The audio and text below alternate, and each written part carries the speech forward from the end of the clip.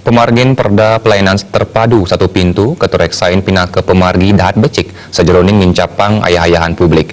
Pemargin Perda puniki sepisanan keanggen mencapang pendapatan daerah. Komisi 1 DPRD Kabupaten Tabanan Putu Eka Nur Cahyadi Mausang, Perda Pelayanan Terpadu Satu Pintu Kabupaten Tabanan sampun katuekang ring peraturan gubernur nomor kali dase warse kali tali pitulas. Perda Pelayanan Terpadu Satu Pintu tiosan keanggen nincapang ayahan publik taler katureksain jagi presiden nincapang pendapatan daerah inggian ring diskusi wiadin pajak daerah.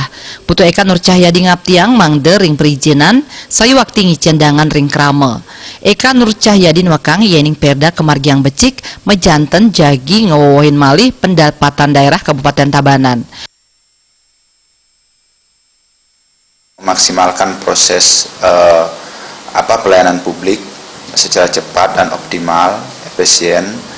Kita harapkan konsep mempermudah ini sekaligus akan memaksimalkan daripada pendapatan daerah tentunya dalam distribusi dan pajak daerah.